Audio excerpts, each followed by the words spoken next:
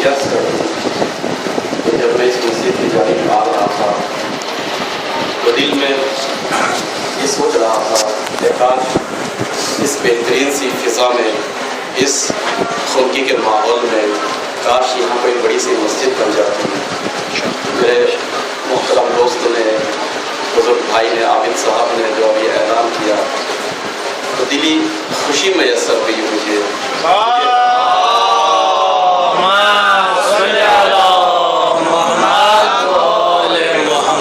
جب عام دنیا کی جنت ایسی ہے تو خدا اپنے ید قدرت سے اگر جنت کو سجائے وہ جنت کیسی ہوگی؟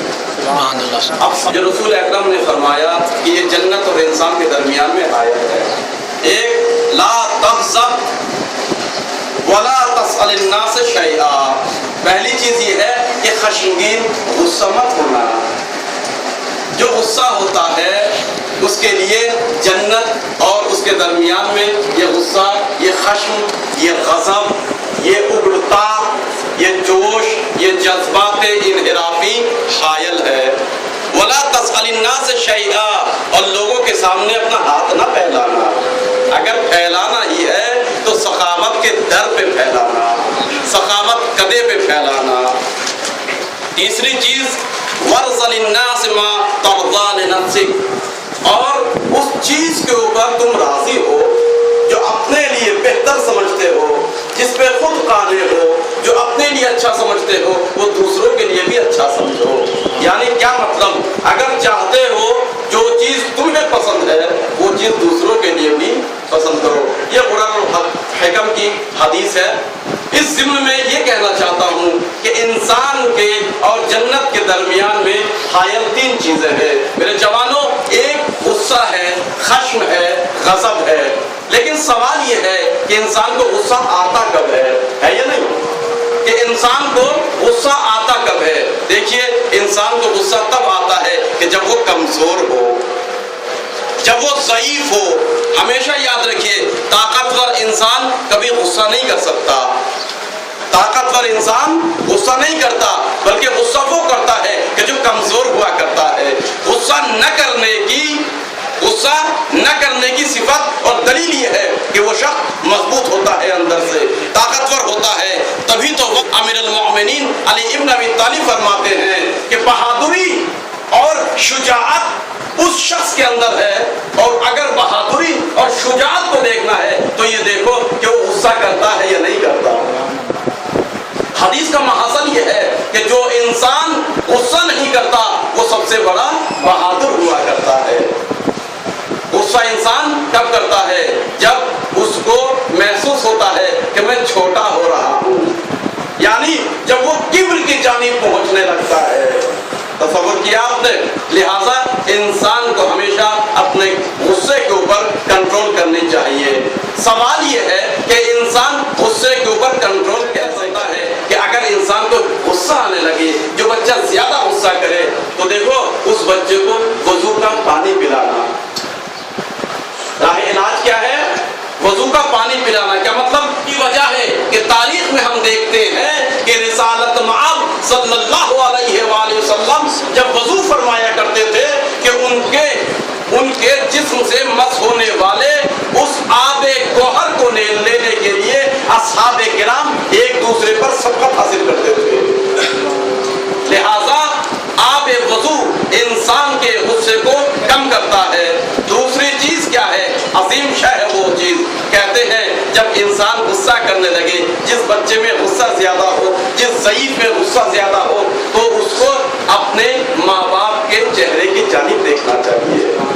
اللہ اکبر میرے جوانوں، ماں باپ کا چہرہ وہ ہے کہ جو انسان کے غصے کو کم کر دے۔ اس کا مطلب یہ ہے کہ ماں باپ کا چہرہ وہ ہے کہ جو جنت کی جانب لے جائے، ماں باپ کے چہرے کی جانب۔ لیکن تصور کیجئے گا، صرف دیکھنا کافی نہیں ہے، بلکہ کہتے ہیں کہ 1000 سال کی عبادت ایک لمحے کی فکر تفکر افضل ہوا کرتی ہے۔ ماں باپ کے چہرے کو اس لیے دیکھے، اس سوچ میں، فکر میں، اور یہ سمجھ کر دیکھے کہ انہوں نے ہماری زندگی کے لیے، ہمیں بنانے کے لیے خود کتنے انہوں نے تکلیفیں اٹھائی ہیں، اور آج غصہ آ رہا ہے تو میں برداشت نہیں کر پا رہا ہوں. کیونکہ ہوتا یہ ہے ضعیف لوگوں کو بھی غصہ زیادہ آتا ہے. کیوں کہ وہ عمر کے افضل عمر پہ پہنچ جاتے ہیں, اس دور میں پہنچ جاتے ہیں کہ جو نحیف ہوتے ہیں, لاغر ہوتے ہیں, ضعیف ہوتے ہیں, ذرا ذرا سی بات پہ غصہ کرنے لگتے ہیں. لیکن اگر یہ جوان یہ سمجھے کہ اس نے جو اپنی یہ کیفیت بنائی ہے یہ میری وجہ سے بنائی ہے, میری پرورش کے لیے زحمت کی ہے, میرے لیے اس نے اپنی زندگی کو وقف کیا ہے, اس کا ذرا سا غصہ میں برداشت کر لوں. بچپنے میں نہ جانے کتنے میرے ناجائز غصے کو اس نے برداشت کیا ہے, تو یہ کائنات جنت بن جاتی ہے. تیسری چیز جس سے انسان کا غصہ کم ہوتا ہے وہ ہے صلوات پر محمد و آل محمد.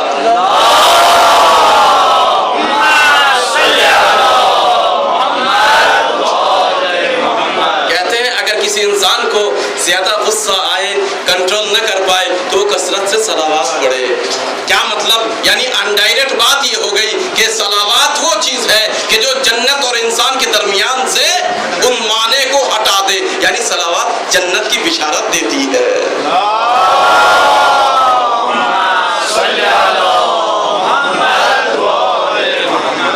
چوتھی چیز جو انسان کے غصے کو ٹھنڈا کرتا ہے, کہتے ہیں کہ انسان کے غصے کو جو چیز ٹھنڈا کرتی ہے چوتھی وہ یہ ہے کہ انسان زیادہ سے زیادہ قرآن کی طرف دیکھے اور اس کی تلاوت فرمائے. قرآن کی تلاوت سے انسان کے غم و غصے کو یہ قرآن کی آیتیں دور کرتا ہے.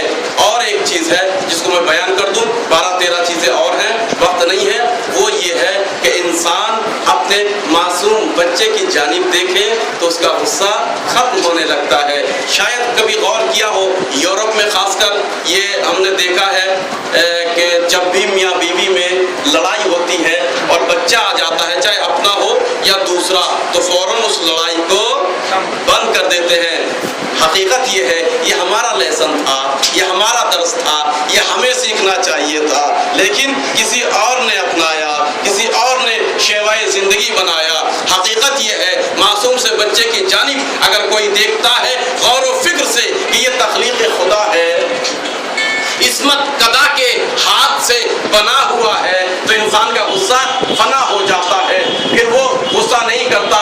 اور جو ایک چیز بیان کر کے میں اپنی بات کو ختم کر دوں اور شاہد مثال وہ یہ ہے کہ انسان اگر کھڑا ہے تو بیٹھ جائے, بیٹھا ہے تو لیٹ جائے. کیوں؟ اس لیے کہ جب میڈیکل سائنس بھی کہتی ہے کہ انسان غصہ کرتا ہے اس کے بدن کا خون کا دور بڑھ جاتا ہے اور یہ پریشر آ جاتا ہے برین کے اوپر, اور برین پر جب پریشر پڑتا ہے اب وہ نہیں سمجھ پاتا یہ کون سی چیز اچھی ہے, کون سی بری ہے, کون سا جملہ کہنا چاہیے, کون سا جملہ نہیں کہنا چاہیے. وہ بول کر سوچتا ہے, اب سوچ کر نہیں بولتا, لہذا اپنے جگہ سے چلتا ہے چند قدم, یا بیٹھتا ہے, بیٹھا ہے تو وہ لیٹتا ہے. یہ لہذا اس کے یہ دوران خون میں کمی آ جاتی ہے, اب وہ کچھ ریفریش محسوس کرتا ہے. لہذا یہ تاریخ کے شوقے سے بہت سے مشورے ہیں جس میں سے میں نے 6 مشورے آپ کو بتایا. حقیقت یہ ہے کہ جب تاریخ کے سماج میں ہم نے دیکھا تو ایک مرتبہ کعبے کی بنیاد برسات کی وجہ سے جب گر گئی ہے تو لوگ آئے اور آنے کے بعد انہوں نے اس بنیاد کو از سر نو تعمیر کرنے کی کوشش کی. لہذا جب وہاں پہنچے تو دیکھا اتنا بڑا سانپ ہے, اژدہا ہے کہ جس کو اس مکے کے لوگوں نے کبھی دیکھا نہیں ہے. تو ایک مرتبہ ڈرے, سہمے, خوف زدہ ہوئے, بھاگنے لگے. کہا کیا کیا جائے, میٹنگ پہ میٹنگ, جلسے پہ جلسے. تاریخ یعقوبی میں لکھتے ہیں کہ ایک مرتبہ مکے کا سب سے معزز اور سب سے زیادہ بہترین مشورہ دینے والا, اور تیسری خصوصیت یہ ہے کہ مکے کا سب سے زیادہ صابر و شاکر یعنی غصہ نہ کرنے والا اس شخص کے پاس پہنچے اور کہا کہ یہ بتاؤ کہ کیا کیا جائے, اس سانپ کو کیسے یہاں سے ہٹایا جائے, تب یہاں پر ہم تعمیر شروع کریں. یہ ہماری غیرت کی بات ہے, ہماری حمیت کی بات ہے. تو اس شخص نے ایک مرتبہ کہا کہ دیکھو مجھے تعجب یہ ہے کہ عظیم مکے میں وہ شخصیت ہے جس کے پاس ہر مشکل کا راہ حل ہے, تم جاتے کیوں نہیں ہو. کہا کہ وہ کون ہے, کہا کہ جس سے میں نے صبر سیکھا ہے. تم مجھے مکے کا سب سے بڑا صابر و شاکر کہتے ہو, جس نے مجھے یہ صبر سکھایا ہے اس کے پاس کیوں نہیں جاتے؟ کہا کون ہے؟ کہا کہ وہ عمران ہے، یعنی ابو طالب ہے، میں نے اس سے ضبط غصہ سیکھا ہے، یعنی غصے کو کنٹرول کرنا سیکھا ہے۔ اللہ اکبر۔ مجھے یہ واقعہ نہیں بیان کرنا، بہت اچھا واقعہ ہے تاریخ یعقوبی میں دیکھیے گا، لیکن حقیقت یہ ہے یہ ابو طالب ہے کہ جو صابر ہے، شاکر ہے، مسکراتے ہیں، غصہ نہیں کرتے۔ لیکن یہی ابو طالب جو غصہ نہیں کرتے، ایک مرتبہ ایک منزل ایسی آتی ہے کہ یہی ابو طالب خود اسلحوں سے لیس ہوتے ہیں، اور تنہا نہیں بلکہ پورے بنی ہاشم کے جوانوں کو بلاتے ہیں، ارے او بنی ہاشم کے جوانوں، آؤ اسلحہ لو، ڈھال لو، زرہ لو، تلوار لو۔ کیوں؟ اس لیے کہ وقت کے رسالت کی توہین ہوئی ہے، اس کے اوپر غلاظت ڈالی ہے۔ ابھی ابو طالب آتا ہے، صابر و شاکر آتا ہے، تبھی تو مکے والے دیکھتے ہیں زندگی بھر صبر کرنے والا، ہر بات کو راضی سے نمٹانے والا آج جلال میں ہے، غصے میں ہے۔ تو ابو طالب نے یہ درس دیا کہ دیکھو غصہ نہیں کرنا، اگر غصہ کرنا ہے تو حمایت نبوت میں، غصہ کرنا ہے تو حمایت امامت میں، غصہ کرنا ہے حمیت نسوانیت میں، غصہ کرنا ہے تو دین کی غیرت میں۔ یہی وجہ ہے وہ ابو طالب ہے، اور آج ابو طالب کی اولاد ہے، اگر غصہ کرتا ہے، غصہ کرتا ہے، خشمناک ہوتا ہے، غضبناک ہوتا ہے، اپنے معاملات میں نہیں بلکہ اپنے دشمن جب بھی قرآن جلاتا ہے وہ اظہار غصہ کرتا ہے، جب نبوت کی توہین ہوتی ہے کارٹون بناتا ہے، غصے کا اعلان کرتا ہے۔ اس نے بتایا کہ میں وقت کا ولی ہوں، وقت کا فقیہ ہوں، وقت کا خامنائی ہوں۔ صلوات بھیجیے بر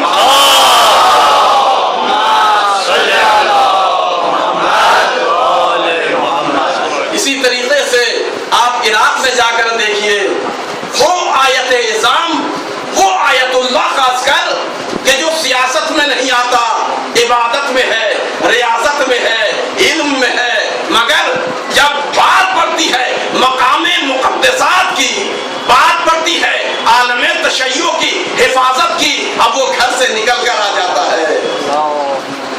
غصہ انسان کو نہیں کرنا چاہیے، کیوں؟ لیکن جائز کب ہے؟